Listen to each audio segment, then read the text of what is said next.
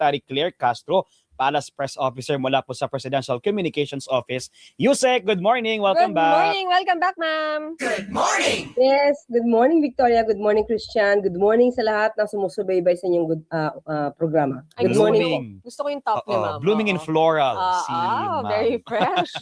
Thank you po, kahit Yusek. kahit alas 4 na natulog ng umaga, no? Tapos nag-alarm lang para dito. Sorry Ay, na, ma'am. salamat po, Yusek. Thank you na po. Thank you.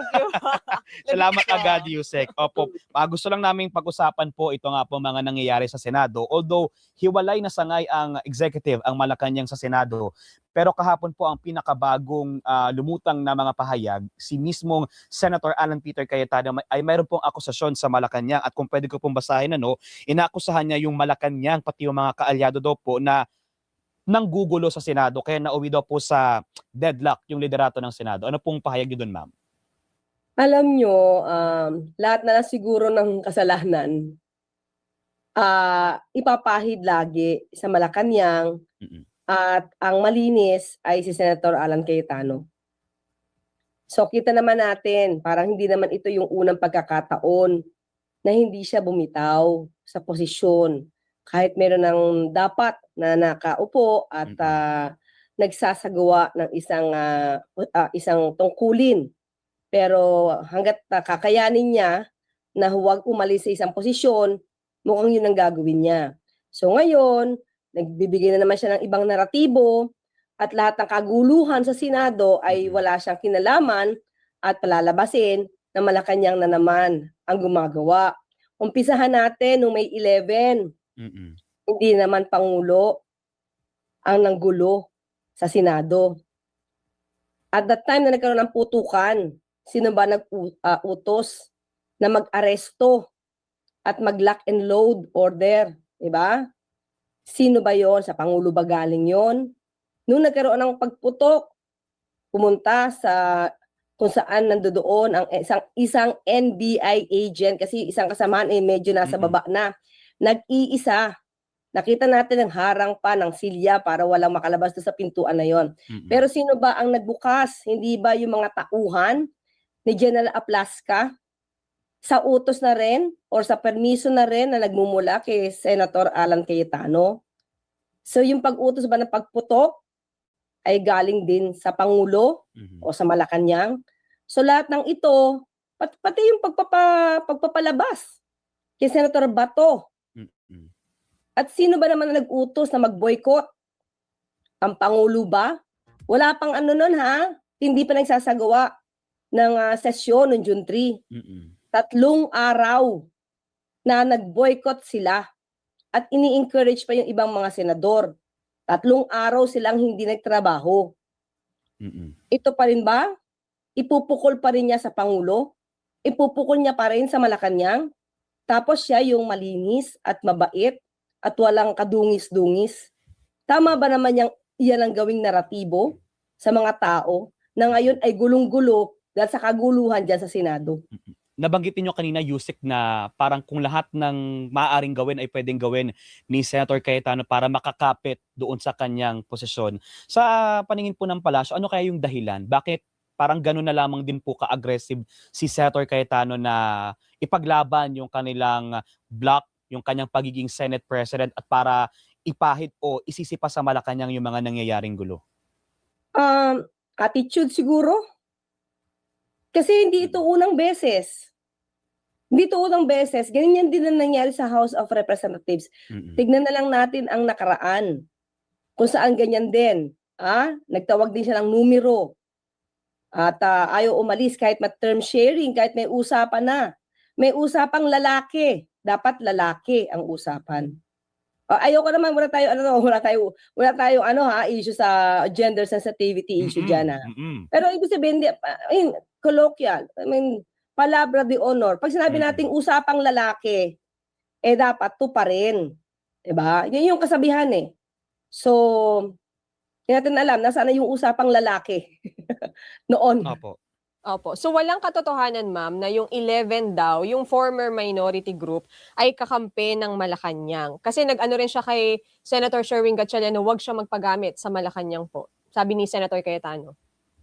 Sino ba kaya ang nagpapagamit para sa sariling interes at para sa interes ng kanilang pinupuon. Yun na lang. Siguro dapat humarap sila sa salamin bago magsalita ng ganyan. So how do you think, ma'am, na pwedeng maresolba itong impasse sa Senado dahil talagang iginigiit po na magkabila na sila yung legitimate na bloke sa ngayon? Siguro, una-una, syempre nagsalita na rin yung palasyo kung sino ba yung kinikilala. Opo. At nagsalita na rin yung House of Representatives kung sino kinikilala. Marami na rin na mga senador at hindi na senador, 4 na dating Senate President ang nagsabi na huwag kapit tuko sa posisyon. Para sa bayan, hindi pansarili. Hindi naman kapanipiniwala na nag-iisti ka sa posisyon dahil lang sa bayan. Pansarili. Yun yung dapat iwasan. Maging makasarili.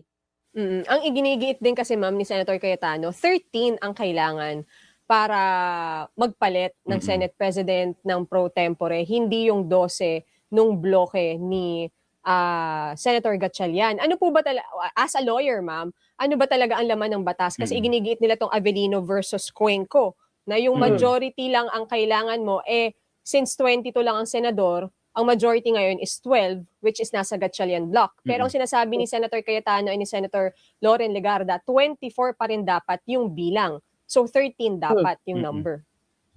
Okay, ganito yan eh.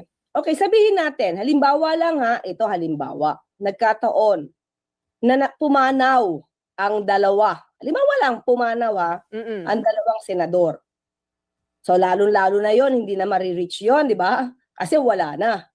So anong gusto nilang mangyari? Dahil wala yung dalawa, hindi na makakakilos ang Senado, paralisado dahil doon. Sa Avellino versus Cuenco, maliwanag na ang purpose nito ay hindi para gawing paralisado ang Senado. Okay?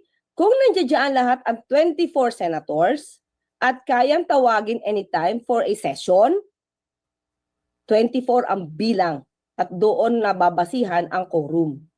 Pero, ang sabi sa Avellino versus Cuenco, kung ang isang senador o ilang senador beyond Senate coercive reach, ibig sabihin hindi mo agad-agad matatawag.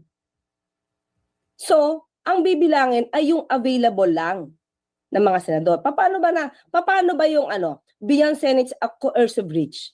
Kapag sinabi na hindi mo agad mapapatawag, halimbawa, nasa abroad, on that day, di mo yan pwede mapatawag on that day. Bakit? Na wala sa bansa. Pangalawa, yung detenado, yung detained. Madali mo ba mapatawag yan anytime? Hindi. Bakit? Sila ay hawak ng korte. Dapat ka pang mag-file ng motion para i-allow ang isang tao na makalabas. Yung nagtatago, hindi makita, kahit puntahan mo sa bahay, kahit tanungin mo lahat ng kaibigan at kamag-anak, hindi makita. Kaya mo bang tawagin yun anytime? So, saan tayo bibilang? So, pag dalawang ito, si Senator Jinggoy at si Senator Bato, ay hindi talaga makakapunta kahit anong gawing patawag mo. Ilan ang bibilangin mo? 24? So, lahat na lang ng transaksyon sa Senado ay hindi makakakilos dahil kailangan 24 ang base. Ang recognized base number ay dapat 24. Hindi iyon ang nais ng konstitusyon at hindi rin yun ang sinasaad ng kaso ng na sinagawa na desisyon dito sa Avellino versus Cuenco. So dapat maging practical. Paano kung talagang umalis sila intentional lumabas ng bansa? Hindi na makakakilos ang Senado dahil lumabas sila ng bansa. Dapat doon. Saka, tandaan natin, 2015, panahon ni Senator Franklin Drilon, ginamit na to. Nandoon yung dalawa, si Senator Cayetano, Alan, and Peter. Tumutol ba sila? Hindi naman sila tumutol. Sa aking pagkakaalam, nandoon si Senator Legarda. So, tumutol ba sila? Meron ba naging question? Itinakbo ba nila to sa Supreme Court? Hindi. Tinanggap nila to. Sabi ni Senator Franklin Drilon at ni Senator Gordon, ito yung ginagawa, ito yung practice. Ito yung normal na transaction ginagawa nila. So bakit sila ngayon magkakaroon ng question? Dahil hindi pabor sa kanila? Opo, yun nga ma'am, kung may president na palang ganun before na sinang-ayunan naman pala ni na Senator Cayetano yung paggamit ng Avellino versus Cuenco na decision, bakit kaya this time parang kabaliktaran, hindi nila ina-acknowledge or at least hindi nila sinasite yung Yung instance na yun. instance na yun? Mm-mm. Siyempre, kung ano yung kumbinyente sa kanila, Mm-mm. yun ang gagamitin nila. At yung hindi pabor sa kanila, i-ignore nila yan. So sabi nga natin, hindi to first time nangyari kay Senator Alan Cayetano. Lumalabas na may pattern sa kanya. So yun na lang siguro yung kasagutan, maliwanag naman kung ano yung mga nagawa niya na at maaari niya pang gawin. Pero ma'am, as far as you know, tama ba na ideklarang vacant din yung pro tempore saka yung Senate President position? Kasi dapat 13 votes ka raw eh. We understand yung quorum, pwede yung 12 lang. Pero yung dapat 13 daw para sa Senate President at pro tempore ang bilang nung kabila. Okay. Maliwanag naman yun sa Constitution. The Senate shall elect its president by a majority vote of all members. Okay? To elect, hindi naman to remove. Di ba? So in other words, yung quorum na yon pwede magsagawa ng transaksyon. Pero sinusunod pa rin nila sa pag-elect ng Senate President ay dapat 13 base sa 24. Pero kung ako ang tatanungin, kung ako personal, dapat ano pa rin kung beyond Senate coercive breach, dapat kung ano lang talaga ang pwedeng numero, kung ano yung recognized number, base number, kung sino available. Let's say, halimbawa lang. Again, yes. wala yung dalawa, kinuha na ni Lord. Diba?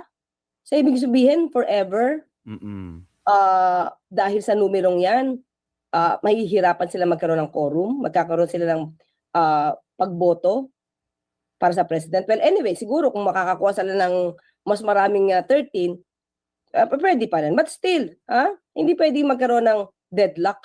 Diba? Oo. Na hindi tayo pwedeng kumilos. Okay. So magkaiba yung kailangan for the removal and the election. Yes, maliwanag naman sa Constitution to elect. Pero yung transaction, pwede, quorum. Opo. Punta lang ako doon, Yusek, naman sa isinagawang hearing ng Blue Ribbon Committee ng Cayetano Block. Although, sinagot na po ng Malacanang yung akusasyon noong mga 18 maleta boys tungkol doon sa di umano'y pag-deliver ng maleta sa bahay ng Pangulo sa Ilocos. Pero yung ilan po mga pinangalanan ay decided silang magsampa ng reklamo doon sa mga testigo po na iyon. Ang Pangulo po ba, ang Malacanang, pinag-aaralan din pong magsampa ng reklamo laban po dito sa kanila? Christian, tingin ko, pag tinanong mo yan, ganun pa rin yung makikita mong mukha sa Pangulo. Nung tinanong nyo kung Noel. Yes. I-ismid. Bahala na po. Ito naman po yung mandato na ng mandato na po ng NBI, ng PNP. Well, I think naman nag-iimbestiga naman na po yung NBI. Di na sila kailangan utusan pa. So walang bala. Ipapaubaya. Yeah, oo. Kasi ang daming trabaho ng Pangulo para intindihin pa yan. Alam naman niya na hindi nagsasabi ng totoo yan. Unang-una, ang daming butas. Alam niyo yung kwento ng 18 na basurero or 18 maleta boys. Parang pinagtahi-tahi. Kung ano lang yung masabi ng isa, dadagdag. Ito may question to kasi na-question tayo dito, kulang, idadagdag. Hanggang sa nagkakawindang-windang yung kwento na kakadagdag-dagdag nila. Hindi na nagtatama-tama. Kasi mangyayari talaga yan, Christian and Victoria, kapag hindi talaga totoo yung kwento.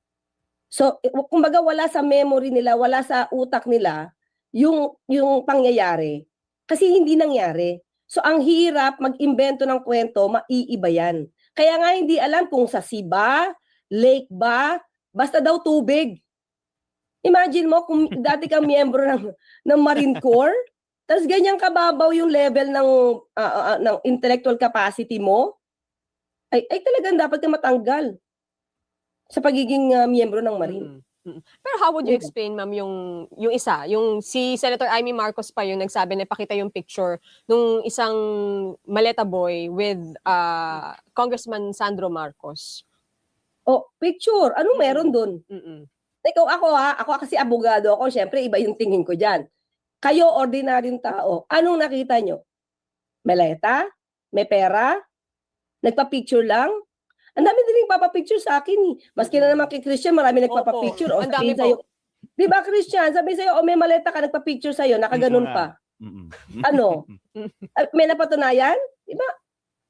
I mean, Senator Amy Marcos, dapat mas mag-level up siya. Di ba? Hindi pwedeng picture lang. Meron ng agad ebidensya.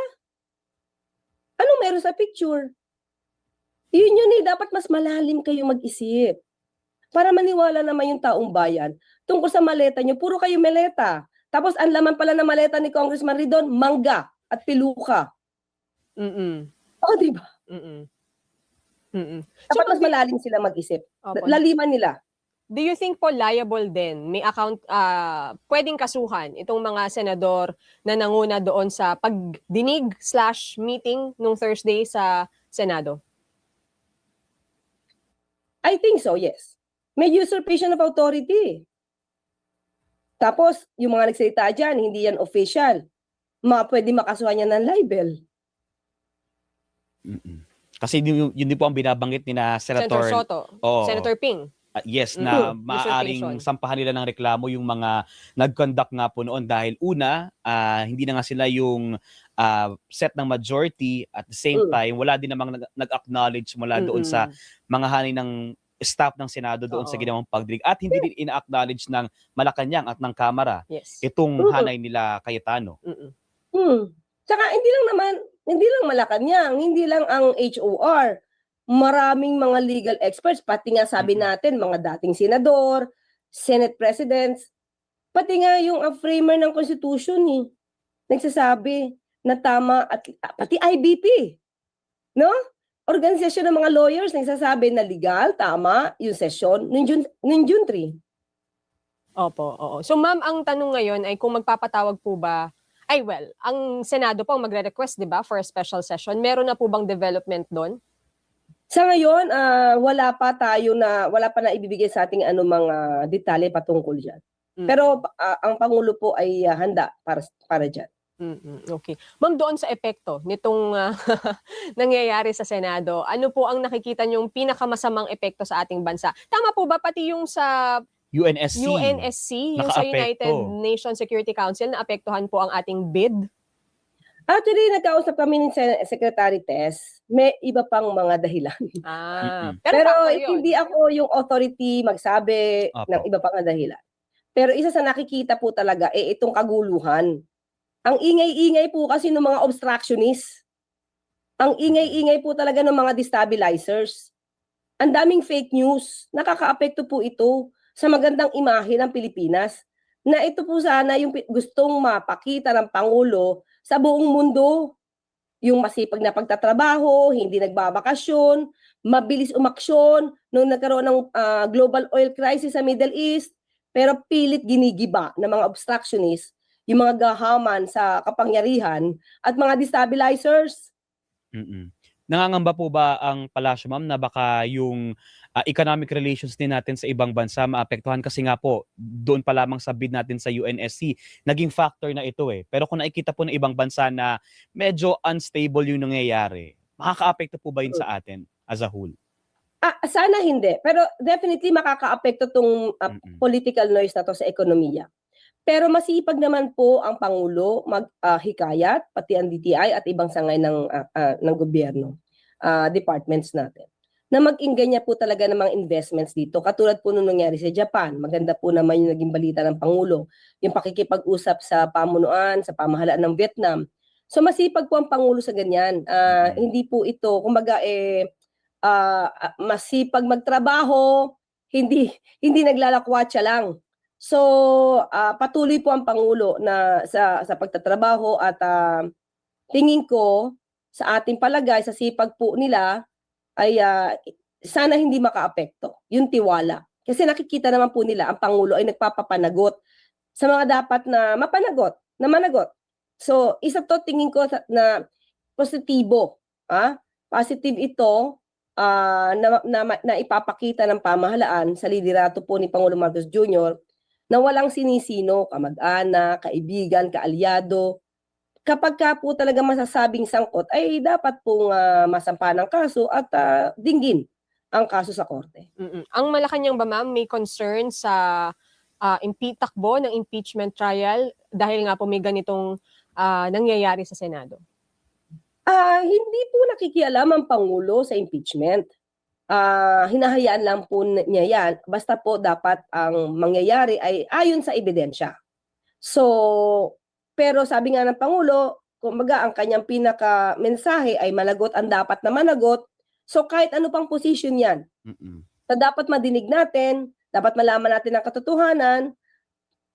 Ang taong bayan po kasi ang nangangailangan din po madinig kung ano ba nangyari sa pondo ng bayan. At ano, ma'am, ang latest na mensahe ng Pangulo sa Senado? Siyempre ang huling-huli, get back to work. Umayos kayo. So, umayos kayo. And with that, Yung back to school, yes, ma'am, dahil isingit back lang to po school namin. bukas pala, Yusek, matanong ko lang kung meron bang activity ang Pangulo na related po sa pagbabalik eskwela? Wala sa akin ngayon ang schedule ng Pangulo. Bukas ko siguro maia-announce Apo. pa. Alright po, sige po. Abangan namin, Yusek. Maraming salamat, Yusek, Yusek. thank you so much. Thank you so much po. Till next Victoria time and po ulit. Christian at sa lahat ng ating mga kababayan. Good morning po. Good morning po. ma'am. Thank you. Si Undersecretary Claire Castro ang ating Palace Press Officer at ang Undersecretary po mula po sa Presidential Communications Office.